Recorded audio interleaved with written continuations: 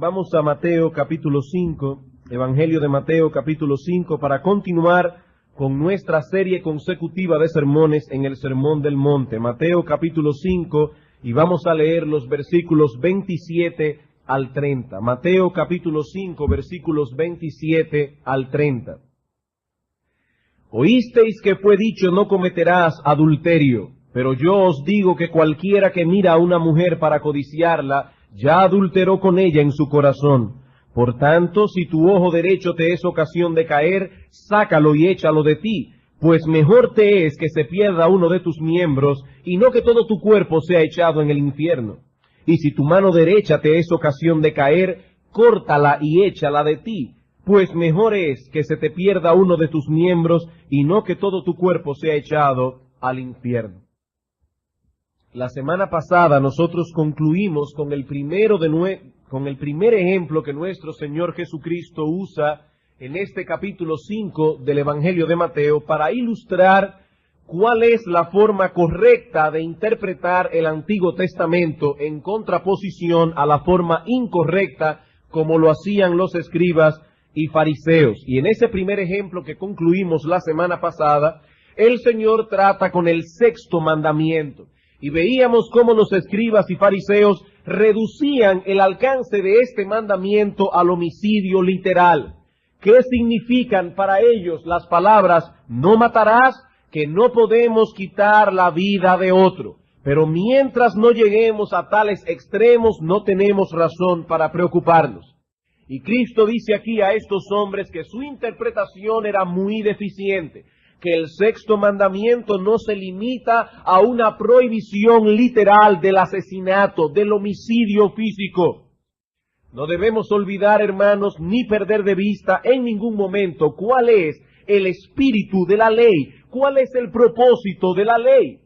Cristo dijo en una ocasión que toda la ley y todos los profetas podía ser resumida en dos mandamientos. Amarás al Señor tu Dios con todo tu corazón, con toda tu alma, con toda tu mente, con todas tus fuerzas. Amarás al prójimo como a ti mismo. Y cuando vemos el sexto mandamiento o cualquier otro de la ley desde esta perspectiva, veremos que prohíbe mucho más que el acto físico. El sexto mandamiento prohíbe el asesinato, pero prohíbe mucho más. Prohíbe también atesorar en el corazón enojo, odio, resentimiento, amargura, deseo de venganza contra cualquier otra persona, no importa el daño que esa persona nos haya hecho. Dice en el versículo 22, pero yo os digo que cualquiera que se enoje contra su hermano será culpable de juicio. Pero más aún, el sexto mandamiento prohíbe también asesinar la reputación de alguien, usar palabras denigrantes contra ellas en un arrebato de ira, usar palabras condenatorias para dar riendas sueltas al enojo, dice en el versículo 22 en la mitad. Y cualquiera que diga necio a su hermano, raca, cualquiera que le diga cabeza hueca, imbécil, estúpido, bueno para nada, será culpable ante el concilio. Y cualquiera que le diga fatuo, la palabra hebrea more, que significa rebelde, impío, apóstata, quedará expuesto al infierno de fuego. Hermanos, todo eso está incluido en el sexto mandamiento. Y solo cuando vemos la ley desde esta perspectiva es que podemos recibir el beneficio que Dios intentó que nosotros recibamos de la ley. Hermanos, ¿cuál es el propósito de la ley? Bueno, la ley tiene un doble propósito. En primer lugar, Dios intenta mostrarnos a través de ella qué tan grande es nuestro pecado, qué tan grande es nuestra maldad y cuán necesitados estamos de un Salvador. Si limitamos el alcance de la ley a prohibiciones que solo tocan nuestras acciones externas, pero que dejan intactos el corazón, caeremos en el error que cayeron los escribas y fariseos. Nos sentiremos justificados delante de Dios y delante de los hombres. Como dice Martin Lloyd-Jones, la ley siempre había insistido en la importancia del corazón, pero esta gente, los escribas y fariseos, con sus ideas ritualistas del culto a Dios y su concepto puramente mecánico de la obediencia, lo había olvidado por completo. ¿Qué hacía el fariseo? Tomaba las tablas de la ley de noche antes de acostarse y decía, bueno, en primer lugar, yo no he tomado el nombre de Dios en vano, inclusive hasta me he cuidado de decir Jehová. Yo he guardado el sábado, no he matado a nadie, no he adulterado, no me he ido con una mujer por ahí, por lo tanto estoy bien delante del Señor. Era una obediencia mecánica al decálogo. Esa fue la misma experiencia del apóstol Pablo. En Filipenses capítulo 3 el apóstol Pablo nos dice que durante mucho tiempo, cuando él todavía era fariseo y tenía ese concepto inadecuado de la ley, el apóstol Pablo se consideraba a sí mismo como un hombre intachable. Dice él, en lo que respecta a la obediencia externa, por supuesto, de la ley, yo era irreprensible. Pablo se esforzaba por obedecer externamente la ley hasta en sus más mínimos detalles. Pero ¿qué pasó? Un día Dios abrió sus ojos y Pablo comprendió por primera vez que la ley tenía que ver con sus actos, pero también tenía que ver con su corazón. Vamos por un momento a Romanos capítulo 7. Romanos capítulo 7, para poder ver allí la experiencia del apóstol. Romanos capítulo 7, versículos 7 al 13. ¿Qué diremos, pues? ¿La ley es pecado? En ninguna manera. Pero yo no conocí el pecado sino por la ley, porque tampoco conociera la codicia si la ley no dijera, no codiciarás. Mas el pecado, tomando ocasión por el mandamiento, produjo en mí toda codicia, porque sin la ley el pecado está muerto. Y yo sin la ley vivía en un tiempo. Hermanos, ¿cuándo el apóstol Pablo vivió sin ley? Si era hijo de fariseos, y él mismo era fariseo, y dice en Gálatas que él sobrepujaba, que él sobrepasaba a sus contemporáneos en el celo por guardar la ley. ¿Cuándo el apóstol Pablo vivió sin ley? En todo ese tiempo que el apóstol no pudo ver más allá de las letras de la ley, en todo ese tiempo que el apóstol no pudo percibir el espíritu que estaba detrás del mandamiento.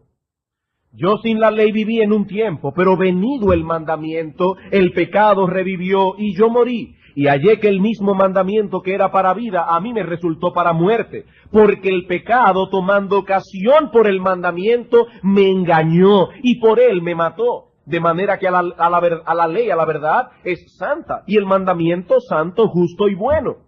Luego lo que es bueno vino a ser muerte para mí. En ninguna manera, dice Pablo, no fue la ley que me mató, sino que el pecado, para mostrarse pecado, produjo en mí la muerte por medio de lo que es bueno, a fin de que por el mandamiento el pecado llegase a ser sobremanera pecaminoso. Pablo nunca había reparado en el alcance del 10º mandamiento. Ahí estaba todo su problema. ¿Qué dice el 10º mandamiento? No codiciarás. No codiciarás. No importa que no hayas llegado a tomar lo que es tuyo. El hecho de que hayas acariciado la idea de obtenerlo te hace culpable ante Dios. Y fue por ese mandamiento, como dice en el versículo 13, que la maldad de Pablo vino a ser evidente ante sus propios ojos en toda su perversidad. Pablo dice, por medio de lo que es bueno, la ley, el pecado vino a ser ante mis ojos sobremanera pecaminoso.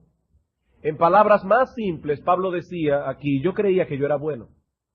Yo creía que era bueno hasta que entendí que el mandamiento de Dios toca los movimientos de mi corazón. Que Dios dice, no codiciarás. Pero la ley no solo fue promulgada para hacernos ver cuán grande es nuestro pecado y cuánto necesitamos de un Salvador, sino también para mostrarnos cuál es el estilo de vida que es agradable a Dios. En otras palabras, es por medio de la ley que nosotros comprendemos qué es la santidad. Si contemplamos el mandamiento con los mismos ojos que los contemplaban los escribas y fariseos, nunca, hermanos, podremos crecer en santidad. Lo más lejos que llegaremos a alcanzar es una vida decente, en el mejor de los casos. En el peor de los casos, caeremos en un legalismo orgulloso que nos llevará de la mano a las mismas llamas del infierno. Necesitamos observar la ley desde la misma perspectiva que Cristo la observó. De lo contrario, la ley no nos beneficiará en lo absoluto. No extraeremos de ella ningún beneficio. Y en la mañana de hoy pasaremos a considerar, bajo esa óptica de Cristo, el segundo ejemplo que el Señor usa aquí, la verdadera interpretación del séptimo mandamiento. Las 2 semanas pasadas vimos el sexto mandamiento.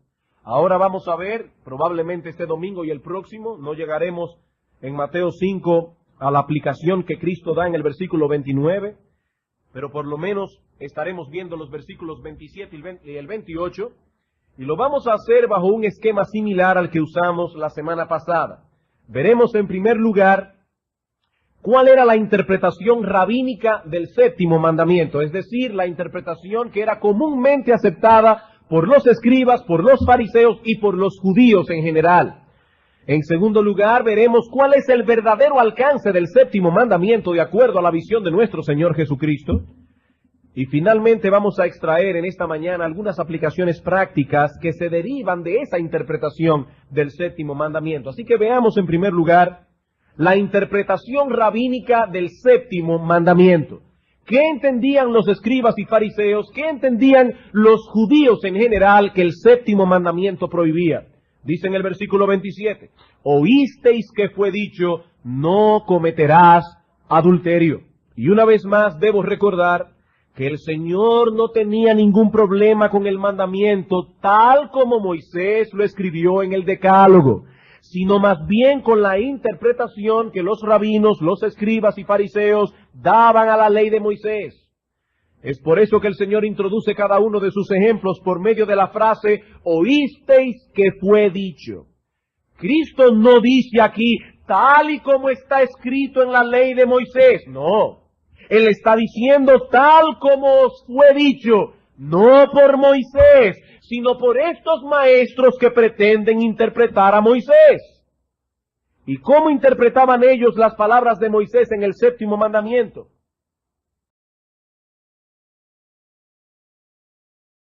Ellos el séptimo mandamiento se limitaba a prohibir que un hombre tomara para sí la mujer de otro, o cualquier otra mujer que no sea su propia esposa. Pero mientras no se lleguen a tales extremos, no hay nada de qué preocuparse. Mientras un hombre permanezca fiel a su esposa y no se vaya por ahí con otra mujer, este hombre ha cumplido con el séptimo mandamiento. Ah, pero ¿qué de los pensamientos pecaminosos? ¿Qué de los deseos impuros? ¿Qué de las miradas cargadas de lascivia? Ahí viene el escriba y dice, eso no tiene tanta importancia. Siempre y cuando te mantengas lejos de otras mujeres, no hay nada por qué temer. Esa era la visión que estos hombres tenían acerca del mandamiento y la que el pueblo aceptaba generalmente como buena y válida. Pero una vez más, Cristo va a enseñar a esta gente que su interpretación de la ley es totalmente inadecuada. ¿Por qué? Porque el problema del hombre no radica en sus manos, el problema del hombre no radica en sus pies, el problema del hombre no radica ni siquiera en sus ojos, el problema del hombre radica en el corazón. Mientras dejemos intacto el corazón, estamos bajando la fiebre, pero no estamos eliminando el foco infeccioso, de la cual la fiebre no es más que un síntoma. ¿Cuál es el verdadero alcance del séptimo mandamiento? Eso es lo que Cristo enfoca en el versículo 28. Veamos el verdadero alcance en segundo lugar del séptimo mandamiento. Pero yo os digo que cualquiera que mira a una mujer para codiciarla, ya adulteró con ella en su corazón. Desde la perspectiva de Cristo, cuando el Señor dice en el Decálogo, no cometerás adulterio, no estaba prohibiendo únicamente. Eso está incluido, pero no estaba prohibiendo únicamente el acto externo de tomar otra mujer para tener intimidad sexual con ella. Los escribas y fariseos citaban correctamente el mandamiento, pero lo interpretaban mal. Si hubiesen interpretado estas palabras a la luz del 10º mandamiento, no codiciarás la mujer de tu prójimo, hubiesen arribado al verdadero significado de la ley. Lo que ellos habían oído acerca del mandamiento era correcto. El séptimo mandamiento prohíbe todo tipo de intimidad sexual aparte del vínculo matrimonial. Esto era verdad, pero no era toda la verdad. No era toda la verdad. Y hay ocasiones, hermanos, en que si escondemos parte de la información y no decimos toda la verdad, estamos tergiversando por completo todo el asunto, aunque lo que hayamos dicho, la media verdad, era totalmente verdadera. Aunque lo que dijésemos fuera verdad, si estábamos escondiendo una parte de la verdad, en ciertos casos, lo que estábamos diciendo era una mentira. Cristo dice aquí, esto es lo que os fue dicho, pero ahora yo os digo. Y me imagino que algunas personas de las que escuchó este sermón por primera vez, podría estar preguntándose, pero ¿quién se cree este hombre que es? Que puede hablar con tal autoridad, como si su interpretación de la ley fuese infalible y definitiva. Hermanos y amigos, el Señor se presenta aquí no como un intérprete y maestro de la ley, sino más bien como el intérprete y el maestro de la ley. Y cuando examinamos de cerca lo que Cristo dice de sí mismo, no solo en el Sermón del Monte, sino a través de todo el Evangelio, no nos cabe la menor duda de que nos encontramos ante un hombre del cual solo podemos pensar una de tres cosas. Si nosotros tomamos todo lo que Cristo dice de sí mismo, solo podemos llegar a una de estas tres conclusiones. O era un demente, o era el epítome de la soberbia y de la megalomanía, o era Dios hecho hombre. Lo que no podemos decir es que Cristo no era Dios, sino un buen maestro. No, si no era Dios, no era bueno. Si no era Dios, no era bueno. No cabe otra alternativa. Las cosas que Cristo dice de sí mismo nos deben llevar a pensar que era un demente, o era un megalómana soberbio y orgulloso, o era Dios hecho hombre. Cristo no tenía dudas al hablar. Sus palabras no eran opcionales. Lo que sale de sus labios no era una interpretación de la ley de Dios. Era a sus ojos la única interpretación posible del Antiguo Testamento. Y el que no pensaba como él estaba equivocado. Esta era una de las cosas más chocantes para las personas que le escuchaban hablar. Vayan conmigo a Mateo capítulo 7, al final del sermón, versículos 28 y 29.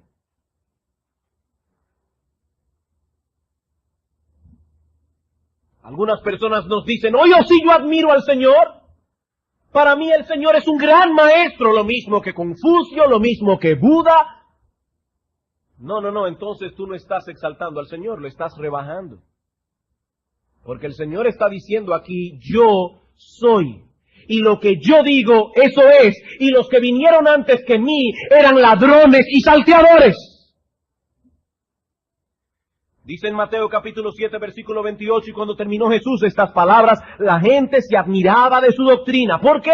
Porque el Señor hacía unos cuantos chistes cuando predicaba y mantenía la audiencia. No, porque les enseñaba como quien tiene autoridad y no como los escribas.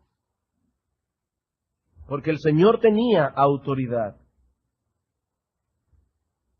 El Señor hablaba con la plena certeza de que Él no podía cometer ninguna equivocación. Y que sus palabras tenían repercusiones eternas. En Juan capítulo 12, versículo 48, el Señor dice, el que me rechaza y no recibe mis palabras, tiene quien le juzgue. La palabra que he hablado, ella le juzgará en el día postrero. Cristo está diciendo, al final de los tiempos, el estándar que condenará o justificará a una persona es lo que yo he dicho. Y en otro lugar dice el Señor, el cielo y la tierra pasarán, pero mis palabras no pasarán. El mundo ha cambiado mucho desde la época del Señor hasta hoy. Y los conceptos morales del mundo han ido cambiando también. Lo que nuestros padres veían como negro, hoy se ve gris, mañana será blanco. El mundo ha ido cambiando.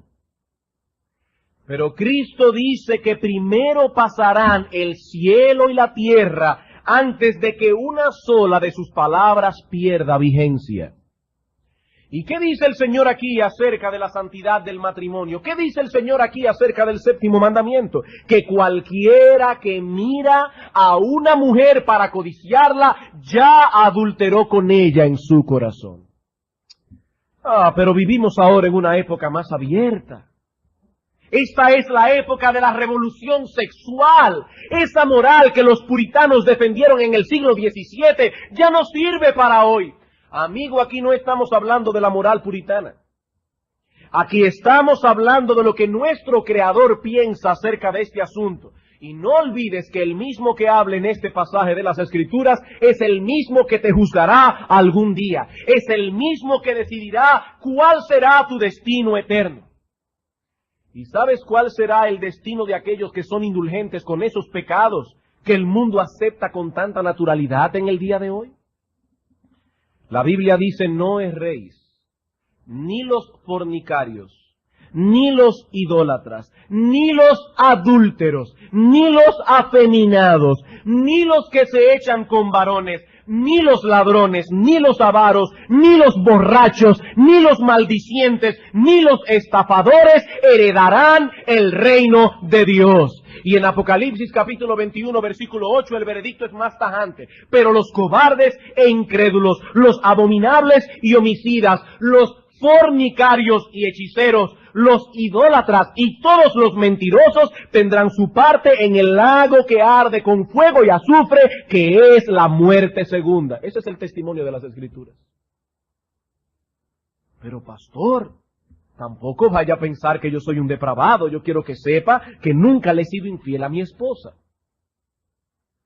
O tal vez haya un joven o una joven soltero aquí o soltera que diga: me estoy guardando puro hasta llegar al matrimonio, el día en que pueda encontrar una esposa o un esposo con la cual compartir mi vida. No vaya a pensar que yo soy un depravado, que yo soy una depravada. Bueno, todo eso está muy bien, pero ¿qué puedes decir acerca de tu corazón? ¿Qué puedes decir acerca de tus pensamientos? ¿Qué puedes decir acerca de tus ojos? Cristo dice aquí que el mirar a una mujer con codicia es adulterio. Y por si acaso, que nadie piense que las mujeres están excluidas del mandamiento en sentido contrario. No, hermanos, este mandamiento es general. ¿Y cómo lo sabemos? Voy a dar dos argumentos. En primer lugar, cuando Dios dice en el Decálogo: no cometerás adulterio, Él no dijo: hombres, no cometan adulterio. Él dijo: seres humanos, no cometan adulterio. Es a todos los hombres, a todas las mujeres, a todo el mundo que está llevado el mandamiento: no cometerás adulterio. Y si esa es la visión que Cristo tiene de lo que es adulterio, se aplica exactamente igual a las mujeres. Y otro argumento que podemos usar aquí es 1 Corintios capítulo 7, versículo 2. Dice el apóstol Pablo: a causa de las fornicaciones, que cada uno tenga su propia mujer. ¿Y qué sigue diciendo? Que cada una tenga su propio marido. Procuren casarse, dice Pablo, hombres y mujeres. No pierdan de vista la corrupción que mora en vosotros y que puede llevar tanto al uno como al otro, varón y hembra, a cometer fornicación. ¿Qué tipo de fornicación? La que Cristo revela en Mateo capítulo 5. Una mirada inconveniente puede estar cargada de adulterio, lo mismo que si se hubiese llevado a cabo el acto adúltero. Cualquiera, dice Cristo, cualquiera que mira para codiciar, ya adulteró en su corazón. No importa cuál sea su trasfondo, no importa cuál sea su temperamento, no importa cuál sea su configuración genética. Hoy día los psicólogos nos dicen que ciertas personas vienen de fábrica con una predisposición genético-temperamental que los mueve violentamente a tener una conducta desviada. Que tales personas no pueden hacer mucho para frenar tales impulsos pecaminosos. Y por lo tanto la sociedad debe ser comprensiva con tales personas. Está bien, violó a una niña, pero hay que entenderlo, él tiene un problema genético-temperamental. Ellos son víctimas de su configuración genética y es muy poco o casi nada lo que podría ese hombre hacer para comportarse como un ser normal. Pero Cristo dice que cualquiera cualquiera, y es la misma palabra que usa el Señor en Juan 3:16 cuando dice, de tal manera amó Dios al mundo para que todo aquel, cualquiera que mira, que es indulgente con ese patrón de conducta, con esos pensamientos lascivos, con esa mirada inconveniente, es un adúltero. Y puedes estar seguro, amigo mío, que mientras Dios sea Dios, los adúlteros tendrán su parte en el lago que arde con fuego y azufre, que es la muerte segunda. ¿Cuál es entonces el alcance del séptimo mandamiento? La siguiente traducción puede presentarnos un panorama claro y preciso del significado de estas palabras. Es una traducción bastante literal. Cualquiera que mira a una mujer de tal manera que genere un deseo pecaminoso por ella, inmediatamente ha cometido adulterio con ella en su corazón. Esa es la idea que el Señor está presentando aquí. Tal vez las circunstancias le impidan llevar a cabo sus deseos, o el temor a las consecuencias, o el cuidado por la reputación personal. Todas esas cosas pueden guardar a un hombre o a una mujer de cometer el pecado que han concebido en su corazón, pero ante los ojos de Dios ya son culpables de adulterio, porque Dios no mira lo que el hombre mira, Dios mira el corazón. ¿Qué dice Cristo? Ya adulteró con ella. Tan pronto como la voluntad dio su consentimiento al deseo pecaminoso, el adulterio fue cometido, aunque nunca pueda ser consumado. He aquí, hermanos y amigos, cuál es el verdadero alcance del séptimo mandamiento. Pasemos a considerar ahora, en tercer lugar, algunos principios o enseñanzas que se derivan de esta interpretación. Ya hemos visto lo que Cristo piensa del séptimo mandamiento. Veamos ahora algunas enseñanzas que se derivan de esa interpretación de Cristo. Primera enseñanza. De acuerdo a la interpretación del Señor, el pecado no es otra cosa que el consentimiento de la voluntad a los deseos y pensamientos pecaminosos que se levantan en el corazón.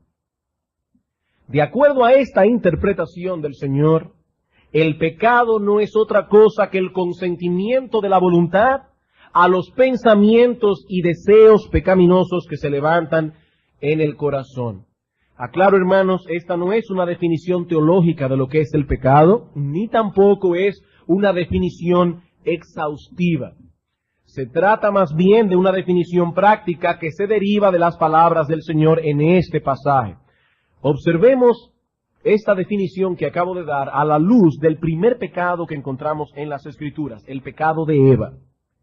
Dios dio una orden a Adán y a Eva de no tomar de un fruto que había en el paraíso. Ellos podían comer de todos los árboles del huerto, menos de uno. Y el castigo que recibirían si traspasaban el mandamiento era la muerte. Pero entonces aparece Satanás en escena y dice a la mujer que Dios había mentido, que no era cierto que morirían, y de esa manera seduce a Eva a desobedecer el mandamiento divino. Pero yo tengo ahora una pregunta para hacerles en esta mañana. ¿En qué momento cometió Eva su primer pecado? Alguien dirá, pastor, pero eso está claro, cuando tomó la fruta y la comió. No, hermanos. Eva pecó desde el mismo momento que su voluntad consintió a la sugerencia pecaminosa del maligno. Allí se cometió el primer pecado. En Génesis capítulo 3, versículo 6, dice que la mujer vio que el árbol era bueno para comer, que era agradable a los ojos y árbol codiciable para alcanzar la sabiduría. Y tomó de su fruto y comió. Primero vino el consentimiento de la voluntad, luego vino la acción pecaminosa. Y aquella fruta que antes era vista con malos ojos debido al mandamiento de Dios, ahora parecía hermosa y codiciable a sus ojos. Eva codició lo prohibido, y tan pronto esa codicia encontró cabida en su corazón, la transgresión ya había sido cometida. ¿Por qué?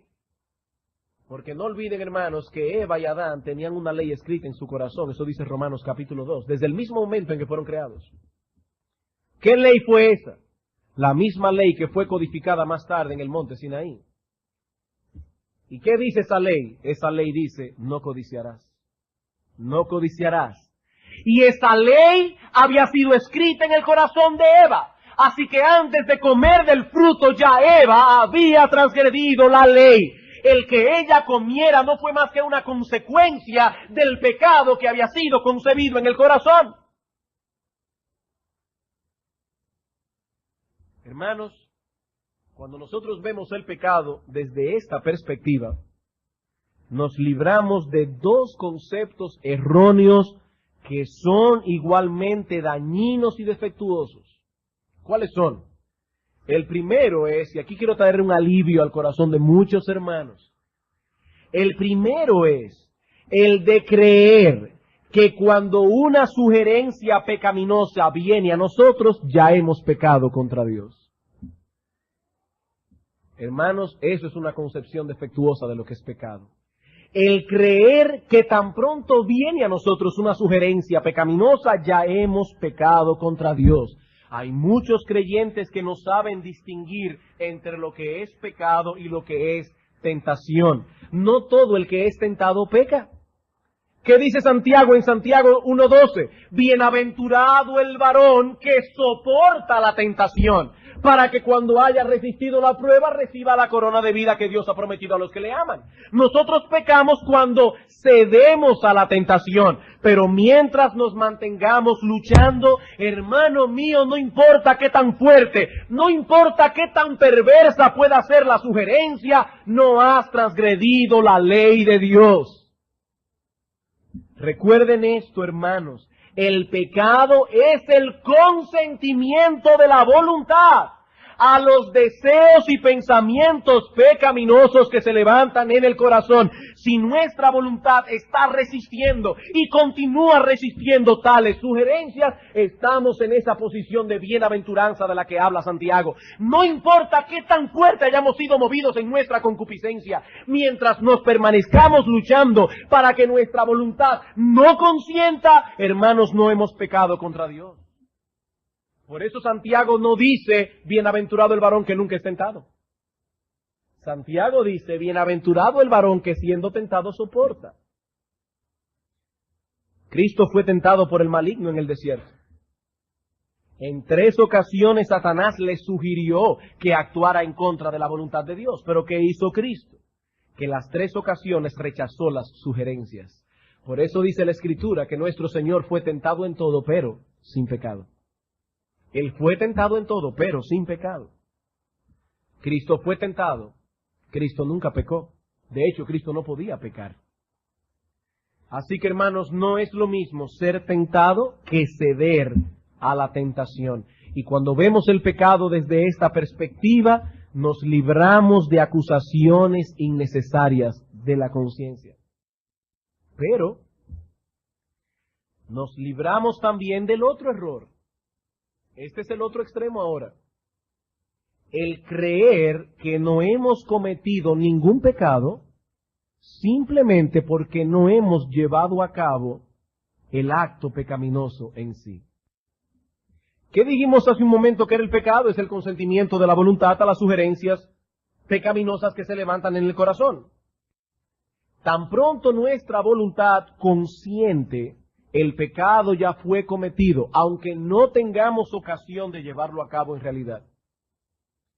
Supongamos que a un niño se le ha prohibido comer unas galletas que se encuentran en la despensa. Él no debe tocar esas galletas a menos que su padre o su madre no le dé permiso. Pero un día el niño llega a la cocina y sabe que la mamá está arriba y que no va a bajar como por la próxima media hora, porque está haciendo una cosa, lavando el baño, y él está solito en la cocina. Y viene la sugerencia pecaminosa, nadie lo va a ver. Y seguramente nadie ha contado todas las galletas que hay allí. Si yo abro la lata y tomo una galleta, nadie lo va a notar. Viene el niño Le gusta la idea, consiente en su voluntad, se dirige a la despensa, abre la despensa, toma la lata, la destapa. Oh, tristeza, las galletas se habían acabado. ¿Podemos decir que ese niño no pecó simplemente porque él no llegó a tomar la galleta y comerla? No, hermanos. Tan pronto la voluntad consintió la sugerencia de su malvado corazón, el pecado ya fue cometido. Ese niño es culpable de desobediencia, ese niño es culpable de robo, aunque no haya tomado nada de la despensa. Jóvenes, estamos en medio de un examen, hay unas cuantas preguntas difíciles, y providencialmente me sentaron a la muchacha más brillante del curso, la más estudiosa, frente a mí. Y uno sudando la gota gorda y ella tranquila resolviendo su examen. Y viene la sugerencia pecaminosa a tu corazón. Bueno, yo estudié, fue que se me olvidó esa pregunta, que está de más que yo de una miradita. Pero resulta que la muchacha es un poco ancha de espalda y por más que tú quieres, que pasaste el examen entero y no pudiste ver nada. Joven, tú fuiste culpable de fraude. Fuiste culpable de engaño, aunque no pudieras ver una sola letra del examen de la muchacha. Eres culpable porque tu voluntad consintió la sugerencia pecaminosa y perversa de tu corazón. Tan pronto la voluntad consiente el pecado ya fue cometido. Hermanos, la sugerencia en sí misma no es pecado. Es el consentimiento de la voluntad a la sugerencia pecaminosa lo que es considerado como pecado de acuerdo a las Escrituras. Cualquiera que mira a una mujer para codiciarla ya adulteró con ella en su corazón. Aunque este hombre no haga absolutamente nada para acercarse a esa mujer, el haber dado lugar a pensamientos impuros en el corazón ya fue considerado adulterio ante los ojos de Dios. Lo segundo que aprendemos en este texto es que la fuente del pecado reside en el corazón. La fuente del pecado reside en el corazón. Noten el texto otra vez. Cualquiera que mira a una mujer para codiciarla ya adulteró con ella en su corazón. ¿Dónde se llevó a cabo el pecado? En el corazón. Hermanos, repito, el problema del hombre no está en las manos, el problema del hombre no está en los ojos o en los pies, es en el corazón. Esa es la enseñanza que encontramos vez tras vez en las Escrituras. Marcos capítulo 7. Marcos capítulo 7, versículos 21 al 23. Porque de dentro del corazón de los hombres salen los malos pensamientos, los adulterios, las fornicaciones, los homicidios, los hurtos, las avaricias, las maldades, el engaño, la lascivia, la envidia, la maledicencia, la soberbia, la insensatez. Todas estas maldades de dentro salen y contaminan al hombre. Esta no es precisamente la enseñanza de los psicólogos y sociólogos modernos. Ellos piensan que todo el problema del hombre es externo. Todo el problema del hombre está en el ambiente, en las circunstancias. Si nosotros pudiéramos sanear esos barrios y pudiéramos darles mejor educación y pudiéramos darle albergue, comida, ropa, esos jóvenes no se descarriarían de esa manera. ¿Y qué me dicen entonces de esos jovencitos que viven en Arroyo Hondo, en casas ricas, que tienen todas sus necesidades cubiertas y son unos perversos? Educados en el Carol Morgan, en el American School o en cualquier otro colegio bueno de aquí. ¿Dónde está la perversión? En su corazón. No, amigo mío, el mal no está en el ambiente, el mal está en el hombre. Adentro del hombre, dice Cristo, están los adulterios, los homicidios, las lascivias, los malos pensamientos. No es lo externo. Lo externo puede contribuir a que una persona sea peor o mejor. Puede contribuir a alimentar ciertas maldades que ya están en el corazón, pero el problema está en el corazón. Romanos capítulo 8, versículo 7.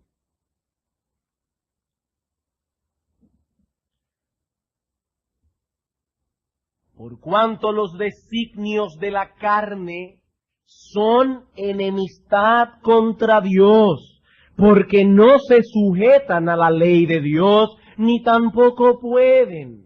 Los pensamientos que emanan de nuestra naturaleza caída son enemistad contra Dios. Cuando Dios dice blanco, nuestra carne dice negro.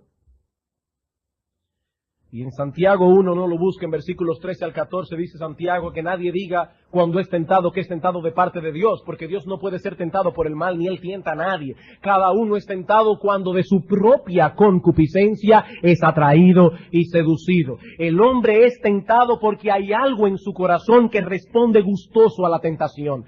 Por eso dice Jeremías que el corazón del hombre es engañoso. Y el texto hebreo dice literalmente que está desesperadamente enfermo. El corazón del hombre es desesperadamente perverso. Así que no es un adesentamiento lo que el hombre necesita, es una purificación del corazón.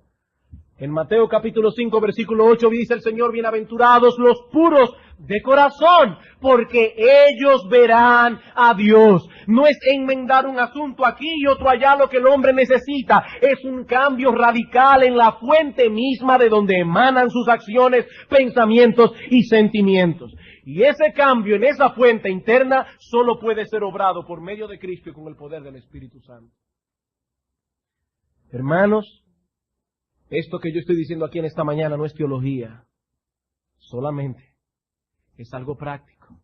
Hermanos, esto debe afectar muchas cosas. El entender estas verdades debe afectar la forma en que nosotros criamos a nuestros hijos. Hermano, entiende que ese niño precioso que tienes delante de ti, vino de fábrica con un corazón dañado. Y lo que nosotros queremos no es criar hijos decentes. Hermanos, esa es la meta que tienen los inconversos decentes. Nuestra meta es criar hijos que tengan temor de Dios en el corazón. Y eso solo puede hacerlo Dios. Eso solo puede hacerlo Dios, añado, usando los medios que Él ha provisto para eso. No, hermanos, no son hijos decentes lo que queremos. Son hijos piadosos, son hijos temerosos de Dios, hijos en los cuales el Espíritu Santo haga una obra de regeneración. El entender estas cosas, el entender la maldad que reside en el corazón de nuestros hijos, debe afectar la forma en que nosotros los criamos. Déjenlos tranquilos, no se metan con ellos, denle toda la libertad y ustedes verán el monstruo que tendrán en unos años. No, pastor, mi hijo es tranquilo, él salió con un temperamento, si usted lo viera, él se pasa horas tranquilo en la casa. Es que él no tiene que salir de la casa para ser un perverso. Esa perversidad vino amarrada en su corazón.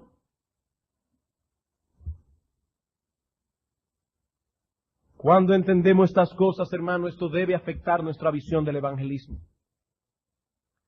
Del evangelismo. ¿Cuál es nuestra tarea como pastores desde un púlpito? ¿Pararnos aquí a criticar todo el tiempo la drogadicción, la pornografía, el aborto? ¿Cuál es nuestra tarea? ¿Comenzar a hablar de política y crear un partido y decir que los gobiernos deben tomar en cuenta a los evangélicos porque somos medio millón o qué sabe cuántos aquí? Hermanos, esa no es nuestra visión, esa no es nuestra misión. Nuestra misión es predicar el bendito evangelio de Cristo, porque Dios ha dicho que el evangelio es poder de Dios para salvación a todo aquel que cree. Lo que queremos no es adecentar a la República Dominicana, lo que queremos es traer a esos hombres perdidos en sus pecados a conocer a Cristo, y la única manera en que podemos hacer eso es predicando el glorioso y eterno y bendito evangelio de nuestro Señor, porque ese es el instrumento que el Espíritu Santo ha prometido usar. Y fuera de eso, no importa que demos aquí películas entretenidas, que tengamos un coro muy hermoso, fuera de eso, ningún alma se va a salvar. Porque solo el evangelio es poder de Dios para salvación a todo aquel que cree. Debemos entender cuál es el problema del hombre. Hermanos, esto debe afectar nuestra visión de la vida cristiana. Esto debe afectar nuestra visión de la vida cristiana. Hay cristianos que no entienden que llevan cargados un monstruo en su corazón. Recuerden que hemos sido librados del dominio del pecado, pero no hemos sido librados del pecado.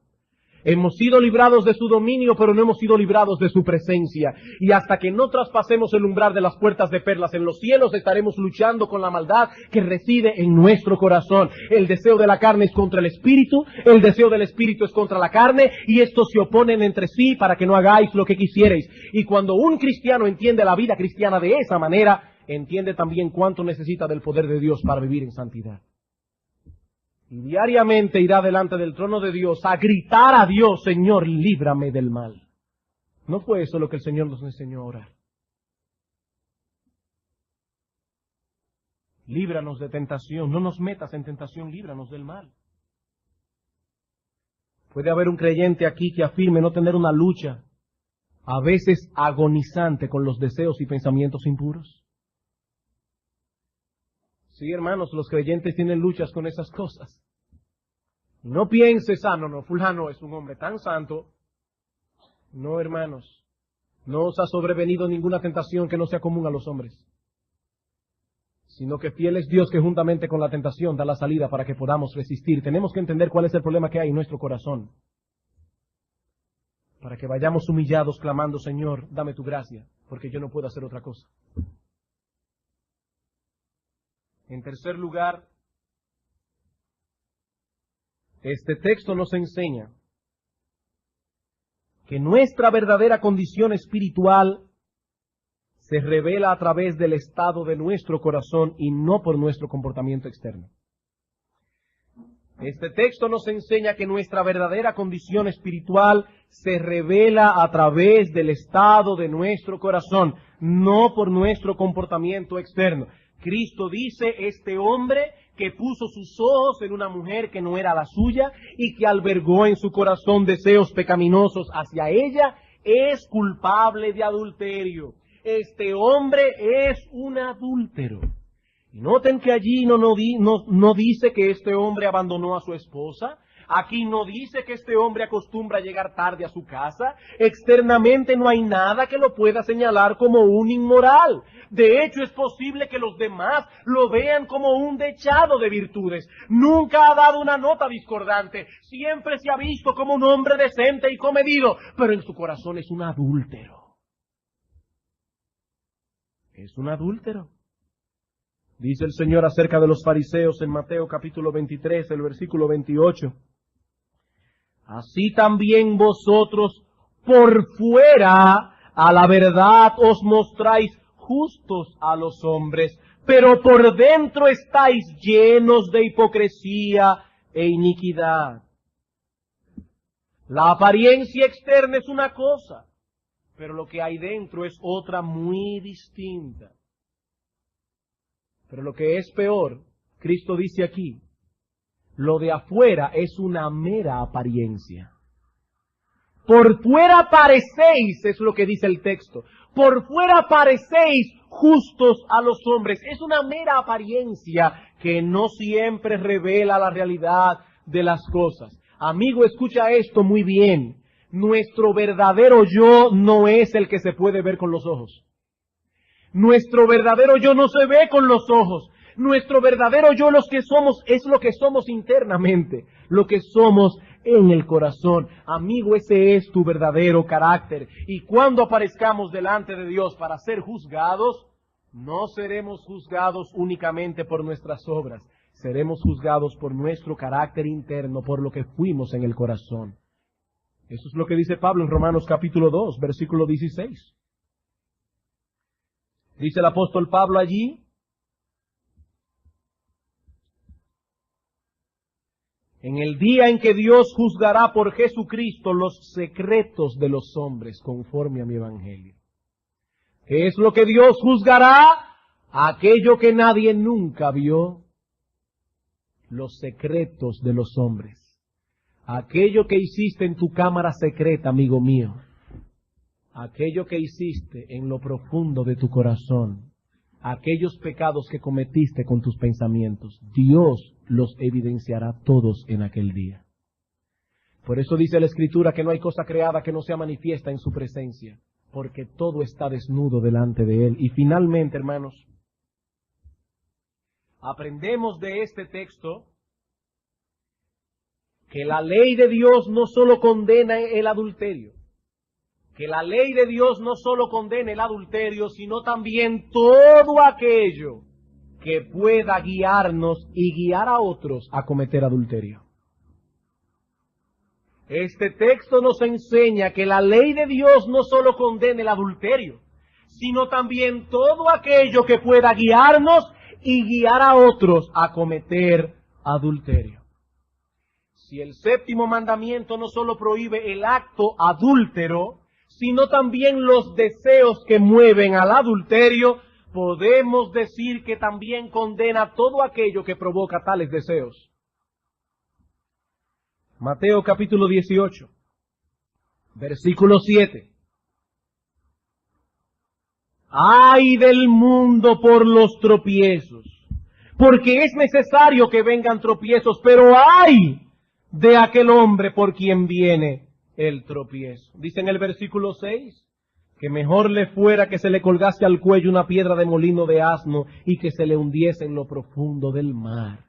¡Ay de aquel por quien viene el tropiezo! Hermanos, Dios llamará a cuenta a toda mujer que, ya sea por su insensatez o por su deseo deliberado de llamar la atención sobre sí, se vista de tal manera que levante deseos y pensamientos impuros en los hombres que la vean. Dios la llamará a cuenta en el día del juicio. Es cierto que hay hombres que son tan perversos que mirarían a una mujer con lascivia aunque estuviese vestido de monja. Eso lo sabemos. Pero sabemos también que hay mujeres que deliberadamente o por insensatez, por no pensar las cosas, se visten de tal manera que se convierten en piedra de tropiezos para otros. Cristo dice, es mejor que le pongan una piedra de molino de asna y la hundan en el fondo del mar, porque en el día del juicio su condenación será severa.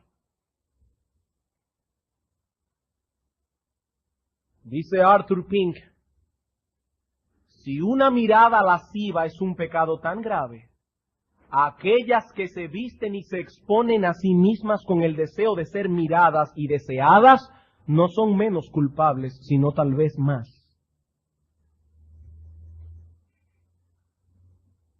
Y no pude citar todo el texto de Pink, pero él sigue diciendo, y peor son las madres que dejan a sus jovencitas vestirse de esa manera. Eso lo dice Pink, y eso lo digo yo. Y hermanos, es una cosa tan fuerte y tan grave, que cuántas veces se ha hablado de esto en la iglesia, y todavía hay hermanas, o por lo menos se llaman a sí mismas hermanas, que vienen a la iglesia y andan por ahí vestidos sin recato y sin decoro, enseñando las formas de su cuerpo, con vestidos apretados, con faldas cortas, con escotes pronunciados, sin tener el menor cuidado. Hermanos, dice la Escritura que el vestido no es moralmente neutro. Pedro en primera de Pedro capítulo 3 dice que el vestido revela la condición del corazón de una mujer.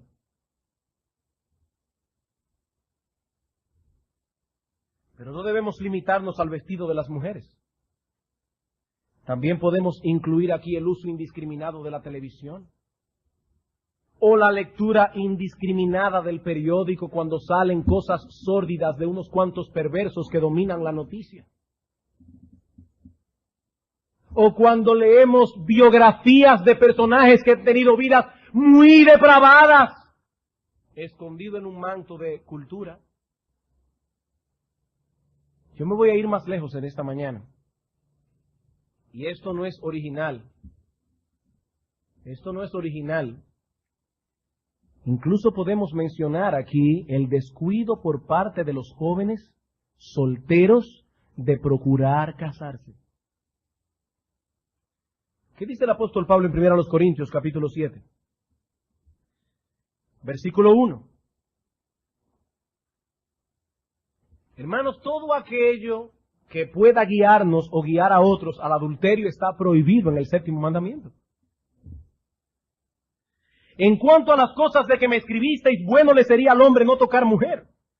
Pero a causa de las fornicaciones, que cada uno tenga su propia mujer, y que cada una tenga su propio marido. El marido cumpla con la mujer el deber conyugal, y asimismo la mujer con el marido. La mujer no tiene derecho, potestad sobre su propio cuerpo, sino el marido, ni tampoco tiene el marido derecho o potestad sobre su propio cuerpo, sino la mujer. No os neguéis el uno al otro, ese es un pecado, dice Pablo. No os neguéis el uno al otro, a no ser por mutuo consentimiento y para ocuparos sosegadamente a la oración. Y volved a juntaros en uno para que no os tiente Satanás a causa de vuestra incontinencia. Mas esto digo por vía de concesión, no por mandamiento. Quisiera más bien que todos los hombres fuesen como yo. Pero a cada uno tiene su propio don, uno a la verdad de un modo y otro de otro. Digo pues a los solteros y a las viudas que bueno les fuera quedarse como yo, pero si no tienen don de continencia, cásense, es una orden. Pues mejor es casarse que estarse quemando. Hermano, todo joven casadero debe procurar casarse. Debe procurar casarse, y el peso de este mandamiento recae tanto en el hombre como en la mujer, pero es indudable que por la naturaleza femenina y el lugar en que Dios ha puesto a la mujer en ese sentido, el peso de este mandamiento recae mayormente en los hombres. Dios dice aquí, procuren casarse antes que estarse quemando. Y el ser irresponsable y el no darle mente a este asunto y dejar los años pasar sin hacer nada es un pecado contra Dios, porque se están exponiendo a tentaciones innecesarias. Hermanos, 1 Corintios 7 es un pasaje muy práctico y muy claro. Pablo dice, procuren casarse. Hagan todo el esfuerzo posible. Todo lo que esté en vuestro alcance, todo lo que sea de vuestra responsabilidad, pero procuren casarse. Y hermanos, digo esto con un corazón pastoral, mi ánimo en esta mañana no es ofender a nadie, es condenable la lentitud de algunos aquí. Es condenable, según 1 Corintios capítulo 7, que están dejando los años pasar. Y dicen, es que aquí no hay hermanas. Hermanos, miren, yo no conozco ninguna iglesia en este país que tenga tantos jóvenes como tiene esta iglesia. Si tú no encuentras a nadie aquí, hay un problema en ti. ¿O quién te crees tú que eres? ¿Robert Redford? No, hermanos. Hermanos, es condenable esa actitud. Es condenable, de acuerdo a 1 Corintios capítulo 7, como es condenable también que los maridos descuiden sus deberes conyugales. Es condenable, dice Pablo en 1 Corintios capítulo 7. Hermanos, una de las ventajas que tiene la predicación expositiva es que pone a uno a predicar de textos que uno no predicaría si uno pudiera escogerlos. El tema de esta mañana no es agradable, ni el tema que viene tampoco. Es el mismo tema, tendremos que seguir hablando de esto, pero sí me llama la atención que cuando Cristo comienza a hablar de los 10 mandamientos, ¿cuáles son los pecados que toma primero? La ira y el sexo. ¿Por qué? ¿Por qué? Hermanos, porque son las más grandes luchas que tiene todo ser humano. Porque son las cosas que el diablo ha pervertido de la más sucia manera. Y no podemos meter la cabeza en un hoyo. Eso es lo que dice la Biblia, eso es lo que vamos a predicar. Amigo, antes de concluir, este es el verdadero alcance del séptimo mandamiento, este es el verdadero alcance de la ley.